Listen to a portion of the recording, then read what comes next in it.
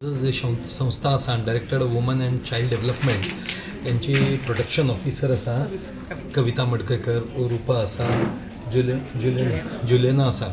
खरं म्हटल्यार हे अत्यंत काळाची गरज आहे. जरी आम्ही 21व्या शतकान आसा, 2025 आसा, तरी आसतना आम्ही वारंवार पळयता की महिलांचेर खंय तरी अत्याचार जाता. अत्याचार म्हणजे खंय तरी भायर धाकट्या चलये किंवा भायर जाले म्हूण ना, आमच्या घरा भितर जाता. आणि घरा भितर जाताना अशें जाता की खंय तरी घोव बायलेक मारता. आणि आमी टी व्ही सिरियलां बद्दल सास भी कभी बहू थी, पूण ती सास जी आसता ती सुनेचेर करता, मागीर सून सास जाली काय ना ती कंटिन्युटी जाता.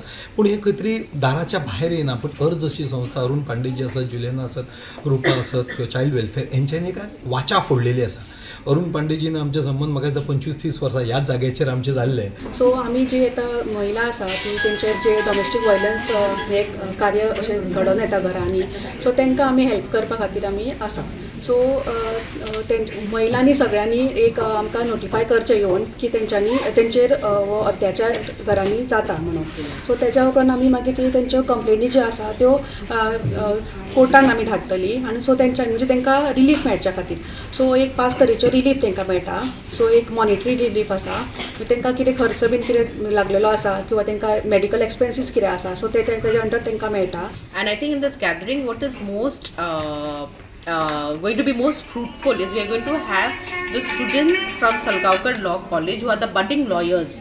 That they have gone to the field, they have studied the situation, and they are going to be sharing their findings.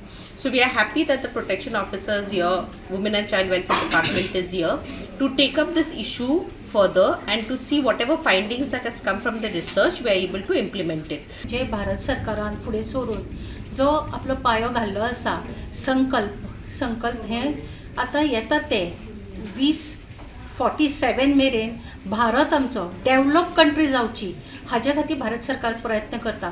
तशेंच आमचे विश्वजीत राणे हॉनरेबल मिनिस्टर आमचे जे आसा directorate of woman end child हे आनी आमची डायरेक्टर ज्योती देसाई मॅडम फुडें सरल्या आनी तांणी आमकां फुडें काडला संकल्पाच्या अंडर काम करपाक.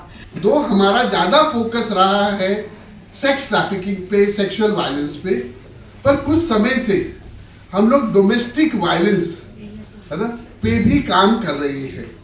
इसका कारण ये था कि हमारे काम करने के दौरान बहुत सी महिलाएं हमारे पास अप्रोच करती थी सर्विसेज के लिए.